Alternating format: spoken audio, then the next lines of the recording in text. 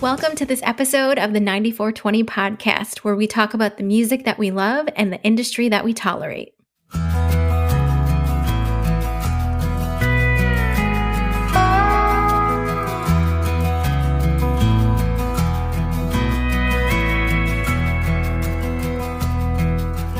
Caught up in a fever, made me a believer. Now I gotta hit the road.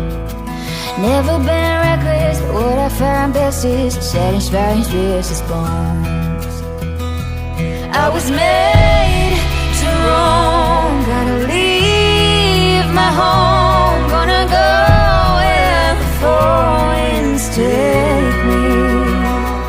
Let the night fall on these changing walls, just a rolling stone wandering in the dark. Born with a gypsy heart.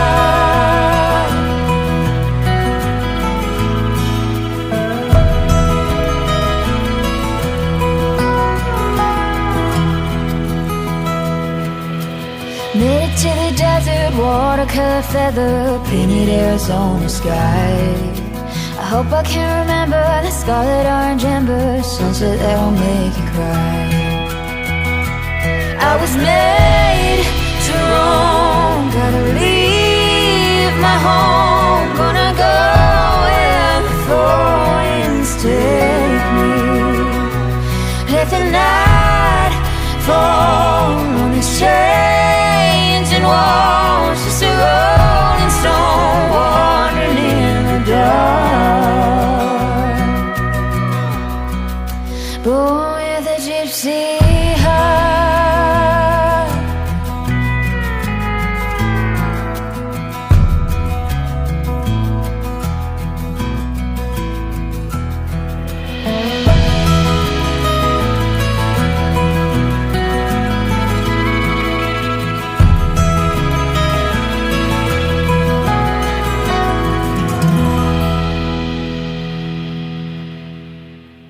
Hey everyone, and welcome to this episode of the 94twenty podcast. That was Megan Knight with Gypsy Heart. Hi Carl and Greg, how are you both doing? Hey Nicole. Hello, hey. Carl and Greg. Hey Carl. You know, I always thought weird. What is the word episode? What does that even? That's like what does that even mean? Like what is an episode? Well, according to Google, it's an event or group of events occurring as part of a larger sequence or an incident or period considered in isolation. Well, we're certainly isolating. Yep, right. So. Or it's a finite period in which someone is affected by a specific illness. So. Oh, well, okay. Well, that's that. Part of it too. Anyway, so we're like a series then. So we're the 94twenty series, and this is like episode. Yeah, we've just never had a season. We kind of just go continuously. So. Some people do that. Some people do have a podcast and they have seasons. This is our third season. This is our third season. Yeah, this is our third season. When did we actually have the last two though? I don't know. If you mark it by year, we've been doing this 3 years, haven't we? No, we've been at 4. Is it really? 4 in March. 94twenty. Yeah, remember 2020 we started. Wow. We launched the first episode May 1st, 2020. And what do we have to show for it? Well, 165 episodes. Do you think that the pandemic had something to do with people's willingness to actually record these things?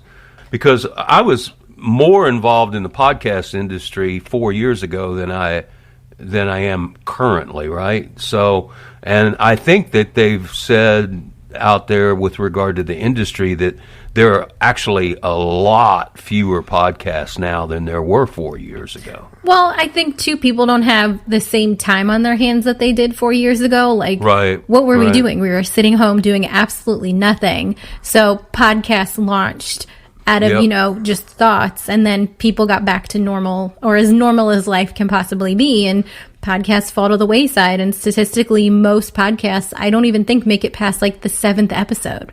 So people started it, and then they just gave up on it. I actually remember going to Orlando to a podcast industry thing. Yeah, movement. Mm-hmm. And it was literally one of the last things that anybody did before they shut everything down, airlines and everything. Mm-hmm. It was crazy. Well, now think about it. In reality, just for the sheer fact that we've done 165 of these, we should pat ourselves on the back for that. Just for persistence. Yeah, exactly. And consistency. Persistence and consistency.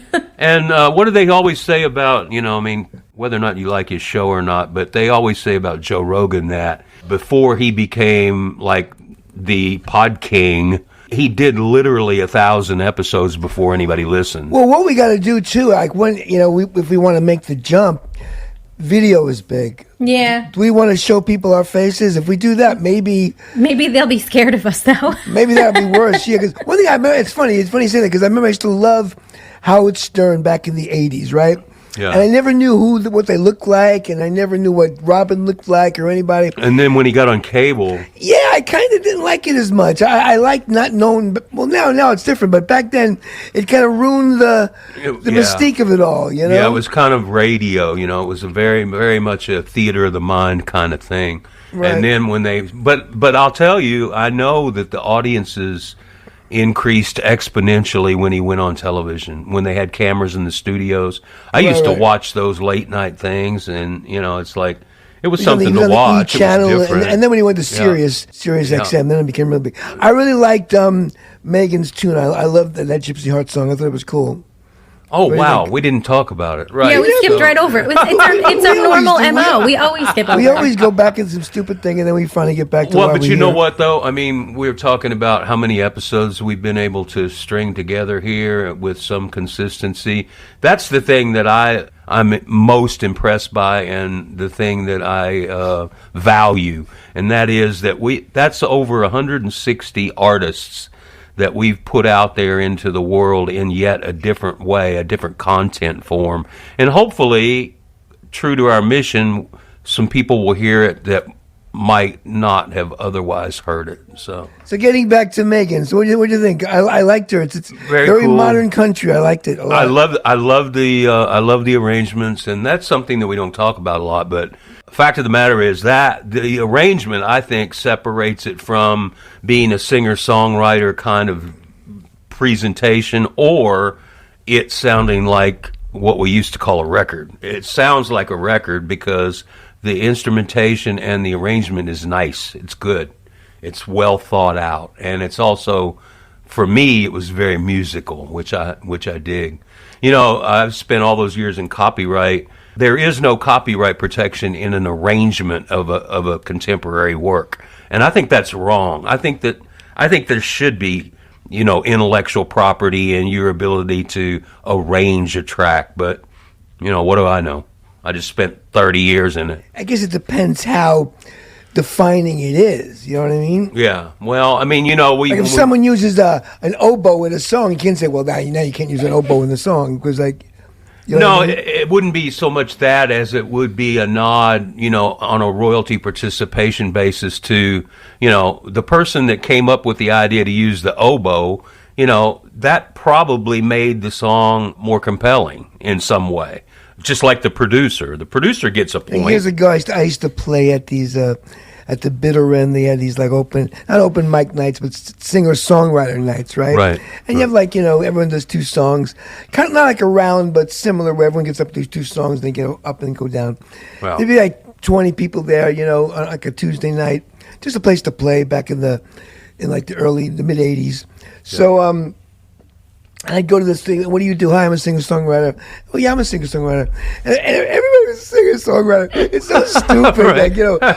Hey, this is Bob, the singer-songwriter. You want to meet, Mary, the singer-songwriter? Oh, no, is that Dave, the singer-songwriter? I hate that term, singer-songwriter. At that time, Carl, were people experimenting in New York with, co-writes? Is that the reason you'd go out? No? Well, I never co-wrote. Because to me... Again, for me, the reason why I did music was to express a feeling I had. Right. So for me to co-write was pointless because it wasn't just to have another song in the world. To me, unless I had something I wanted to express, I had nothing to say. know? Yeah. No, I mean, it was an extremely personal thing for you. Now, of course, a different culture was created in Nashville all those years ago. The idea that let's write something that would commercially appeal to an artist so that they will perform it, and that will be the voice of the artist. That will be what the artist has to say in the world, right? And so people used to get off on the craft of actually being able to put words in the mouths of these incredible artists that were enigmatic and that people were drawn to them. I'll tell my stupid story. I probably have told it already, but I'll say it again. The unique story, or the unique story. The deep.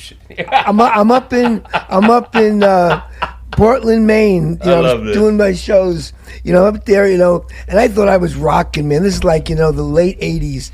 And I had my long black coat, my L.O. Bean, like one mitten glove, one thumb and a mitten. I had my scarf, my hair in a ponytail, my gig bag, my turtleneck, right? My little, Timberland boots. Hipster you're before it was hipster. Yeah, you're painting a very hipstery picture. But this is 20 years before hipster. But I'm walking down the street, right, with my gig bag going, thinking I'm a rockin', this is my look, baby. I'm like, cool. Across the street, going the other way, was a guy, long black coat, Timberland boots, jeans, turtleneck, ponytail, gig bag, even the LOB gloves. I'm going, this is the uniform. I'm just wearing. I swear to God, that week I went back. I was living in Boston. I went back home that weekend. I cut my hair. I said, I'm just walking around in my uniform, It's a joke. So, I probably, what he probably was? He probably was a singer-songwriter. Yeah, you had the uniform. You always had an X factor. I mean, when you walked into a room at that period, only because I was loud and obnoxious. You look like a rock star. You really did. I was loud and obnoxious. I remember. Hey guys, tip number 375. You want to be noticed? Just be loud and obnoxious. And wear a headband. Wear a headband, right? Or a scarf. When I first met you, you had a scarf on.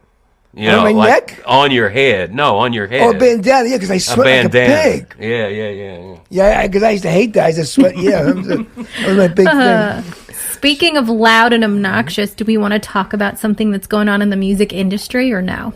Well, not again with this music industry. Yeah. I mean, that's kind of what we're sort of about. So. Well, I can make the announcement now. What is the announcement? I have officially rejoined the music industry, so... Well, that wasn't what I was going to talk about, but congratulations. We're very excited. So, the bottom line is that I have officially rejoined the music industry, and I discover on an hourly basis that the music industry, as I knew it, actually doesn't exist. So, there's that. So you're like basically a novice. You're basically a little baby trying to figure out what these Gen Zs have turned into the music industry. What do they call it? I went from being an officer of a $1 billion company to I'm now entry level. I'm all right. I'm okay. I'll do all right. Well, speaking of music and stuff, there's two things I wanted to talk about. One, obviously, this is not super new, but did you all watch the Super Bowl halftime show? No. Yes, I did. You did? What did you think? Oh, I did. I full-heartedly. I thought it was. For one, this is my 2 cents. I didn't watch it for one. Isn't Usher like 1999? He's like early 2000s. It's very retro. Usher was current. It was like very retro. Probably like 2010. Paul Revere and the Raiders. Now that I would have enjoyed. The Herman's Hermits. Yeah, Peter Noon is still rocking. Why didn't he get a shot? Right? That would be great. Have a revival show. All these the Buckinghams. Yeah. What's the name of that caravan that they do? It's called Flowers and Beads or something. Tommy some weird James thing. And the Shondells. Oh man, he's still rocking it too. Right. So go ahead. I'll tell you what I thought. I didn't watch it. I saw what's his name, Post Malone's. American the Beautiful. That was pretty good, I guess. I'll tell you what I thought, Nicole. I thought it was a legit performance. I thought it was entertaining, and I knew one song. So I mean, and I knew every single song. My husband, I think, was so surprised at how much I knew. And you like Usher? Here's the thing: Usher was up and coming when I was in high school, so that's all the radio stations would play back then. So like between all of like the different songs and his mixed with Alicia Keys and stuff like that, like that's what I grew up in high school with, and it just brought back so many memories where even my friends from high school were all messaging like, this is basically reliving our senior year of high school. See, I don't know much about it, but I always thought he was like a kind of a Michael Jackson ripoff wannabe. Yeah, he used to dance like him. I know he used to do the dancing, right? Yeah, but whatever. And then didn't he discover Justin Bieber? Wasn't that his He did. Thing? He discovered Justin Bieber. And supposedly Justin Bieber declined to be on the show. Everyone was banking on the fact that they were going to get like a Usher Justin Bieber collab or something like that. And they got Ludacris. They got Ludacris and Alicia Keys. Yeah. Who I thought was. I love Alicia Keys. But I thought she was extraordinarily boring on that show. I think they didn't necessarily allow her, because she was doing one of her duets that she did with Usher, and it wasn't necessarily like the best performance. If they would have let her actually do like her own work, she would have been phenomenal. If you ask me, to do these shows, you need stadium acts. Only ones who can do these shows are like U2, The Who, AC/DC, that's what these like nuanced R&B acts. It's ridiculous. You know what though?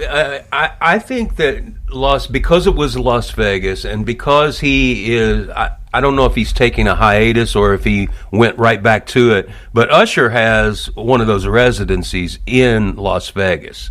I know he has a new album coming out or something, right? So it seems to me that we talk about music centers, we talk about Austin and Nashville and Los Angeles and New York.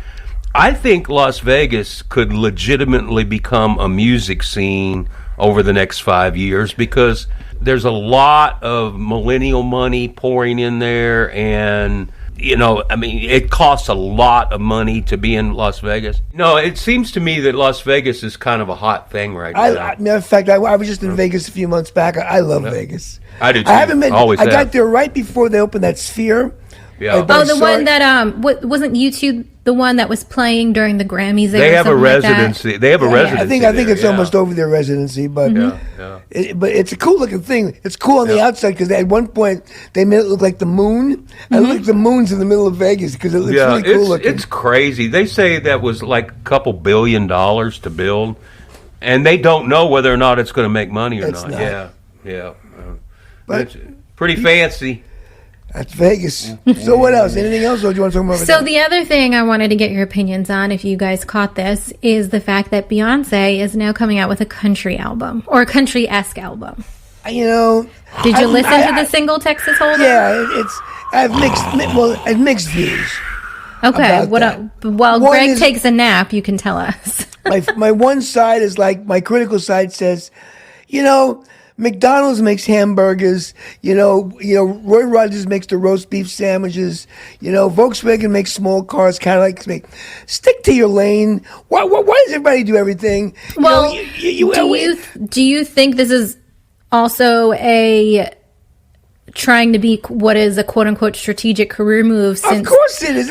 I don't think it's a legitimate, really love of country and wanted to explore that genre. No, but I think she's putting the cowboy hat on, the white hair. It's a career move. It's a logistic move. It's not sincere. No, I think for her, she has less competition in the country world, because she knows that she's probably outgrown whatever industry or whatever genre she considers herself in. So I think she's moving into that, because I think in the first day that she released Texas Hold'em, it went to like #1 on the country charts or something like that. Well, they wouldn't play it at first, right? Was that the big deal? They wouldn't play it a lot of country radio stations? I don't know if they wouldn't play it, but I know that it got forced on them because of how well it did streaming-wise. But it has nothing to do with the country audience. No, it's her fans that are just coming over and streaming it. The guys in Mississippi going, "Hey man, that new Beyonce single, that's kind of great." I don't know. I think so. Part of me says why bother? You have enough money. Why don't you take your money? How old are you now? You're 45. You're a billionaire with you and your husband.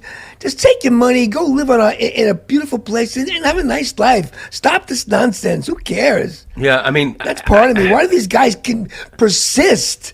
I think genres have kind of gone away. They have. You're right. They kind of have. It's got mixed now. There is no genres anymore. Yeah, really, there isn't. Do you think that's good? Do you think that's good? Yeah, I mean, I think that I don't think it matters. I mean, we used to pigeonhole people. Matters.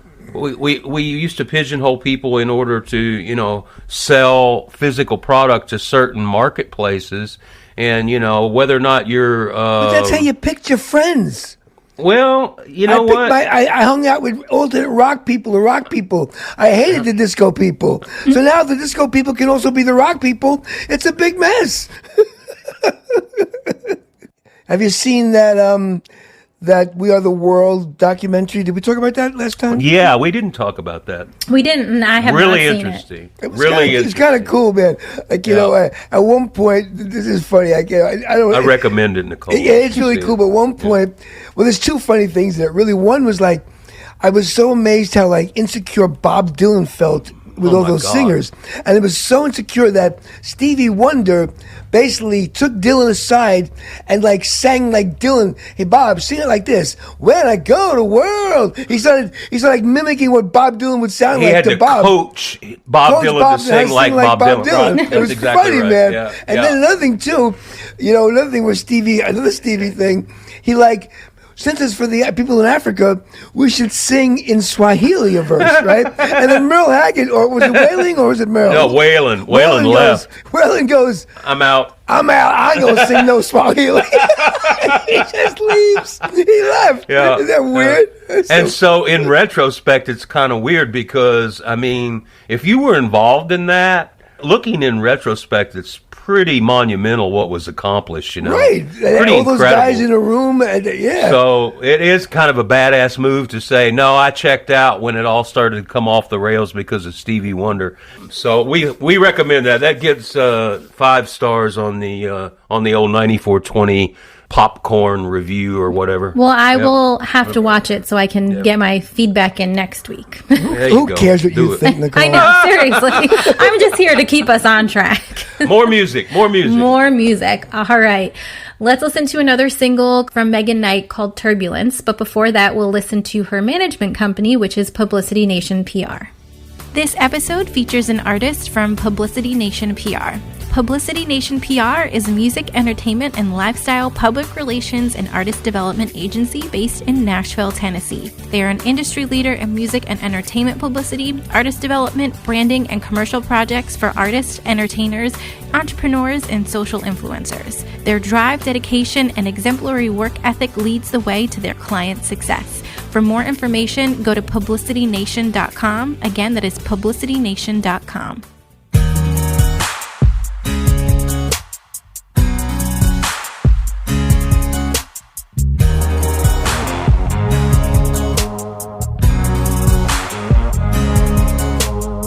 Been flying on winded wings, running out of gasoline, wondering if we're gonna crash and burn. Tired of all this wind and rain, driving me insane. I must admit I'm just a bit concerned. The sky ain't blue. Still I wanna fly with you. It's just turbulence, it ain't permanent. Just enough to wake us up, shake us up. It's like the universe is pulling us, parting back together again. No, we got a twin flame gravity. Nothing's gonna carry you away from me. It's just turbulence. It's turbulence. Baby, this ain't nothing new. Gotta keep on pushing through. Before you know it, we'll be through the storm. But there ain't no guarantee, no matter of certainty. Baby, we've been here before. Turbulence, it ain't permanent. Just enough to wake us up, shake us up. It's like the universe is pulling us, parting back together again. You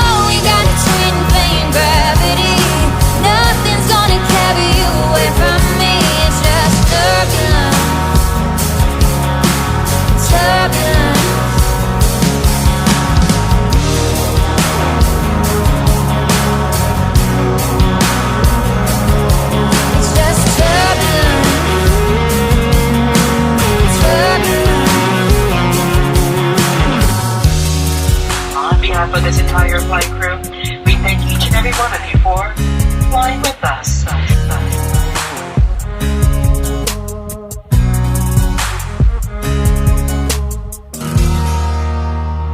Buckle up. Say. Chock full with, even has sound effects, man. I know, just like you. That's fun. Me. Oh, yeah, like you have the sound effects for the podcast.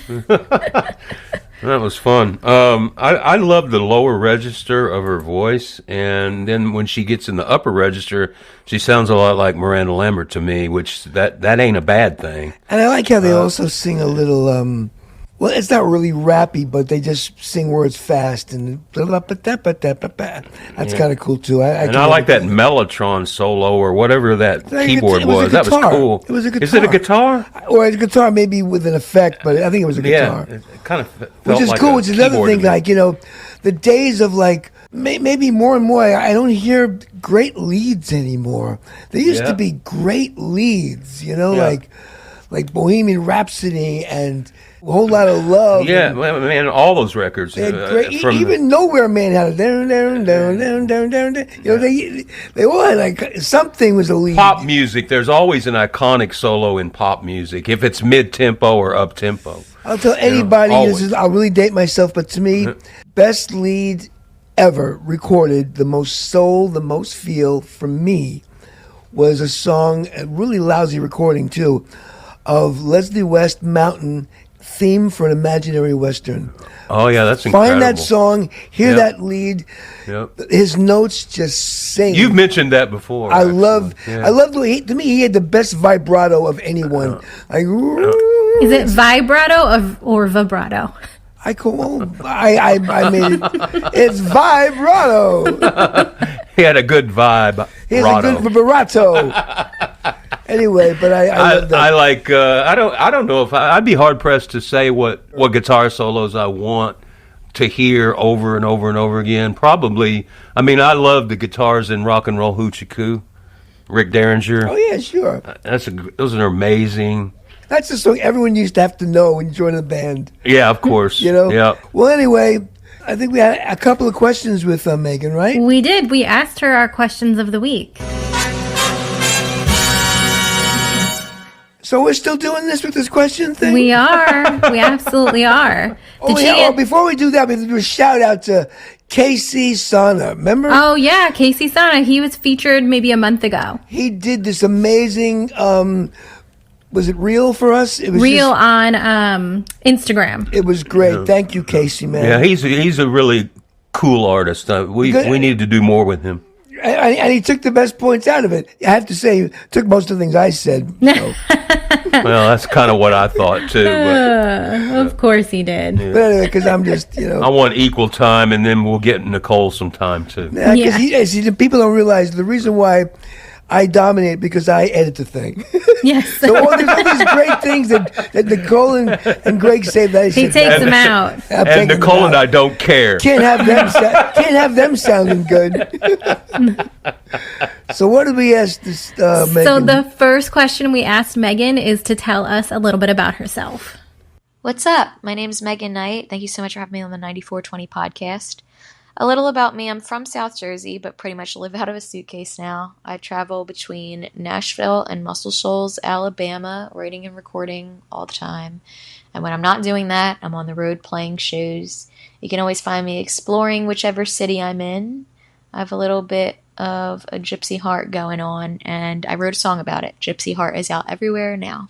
Oh, wow. I know, that's a random one. Yeah. See what she did there? She promoted herself, which is good. and her new single. And she said our name, like in the very beginning, thank you, 94twenty. She's kind of pro. Yeah, I like her. And the fact that she's still got a twang, but she's originally from Jersey, so she's kind of all over the place. Well, South Jersey. But I mean, it's still Jersey. So it's like South Jersey's kind of like, well, it's the South, right? Sounds like she might be a bit of a road dog, which is cool, too. All right, so the second question that we asked her is, what music artists have inspired your career so far? I've been inspired by so many artists, but lyrically I'd have to say Dolly Parton, and musically I'd have to say Linda Ronstadt, Miranda Lambert, Morgan Wallen, and Hardy, because they are huge boundary pushers, and you can always hear so many different influences in their music, ranging from rock music to hip-hop, soul music.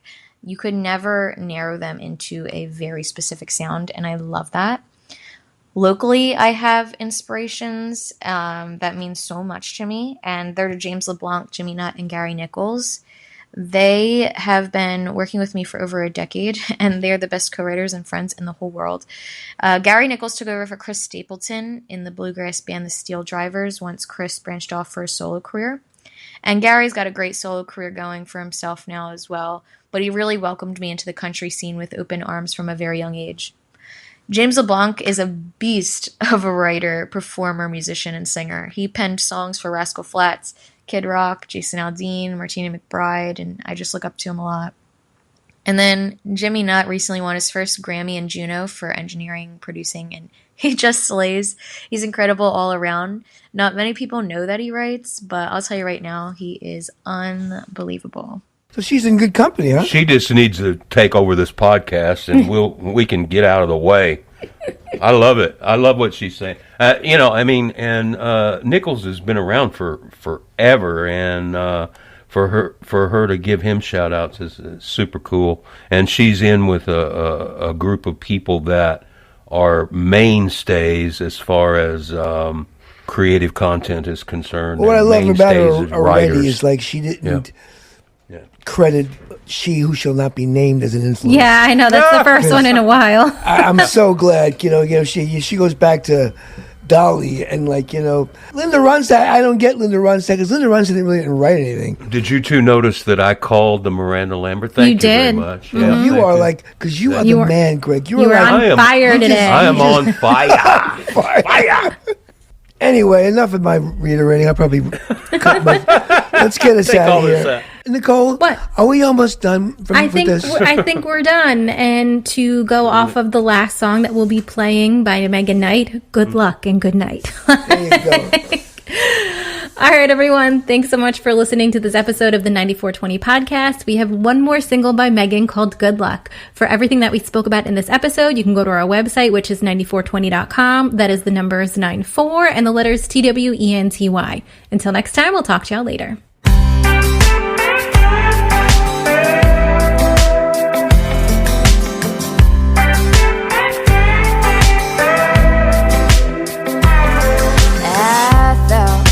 You and I were on the same page, but I guess we're not now. All the promises that you made, that ain't what I got. Cause you're second guessing, now I'm learning lessons and feeling like a fool. And I thought you and I were on the same page. If you're looking for perfection, another worldly fairy tale connection, your heart is headed in a different direction. If you're feeling like you're stuck, another version of forever, thinking you can find you something better, some kind of magical happy ever after. Go on and get up in your truck. Good luck.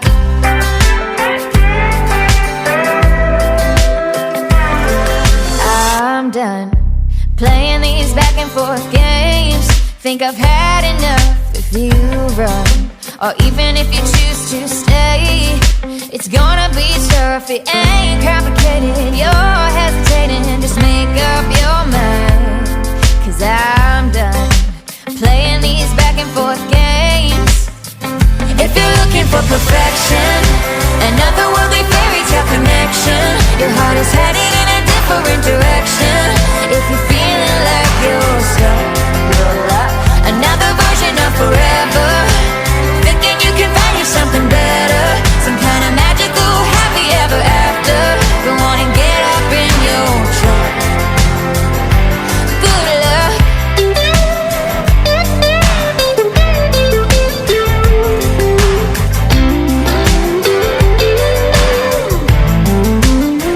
If you're looking for perfection, another worldly fairy tale connection, your heart is headed in a different direction.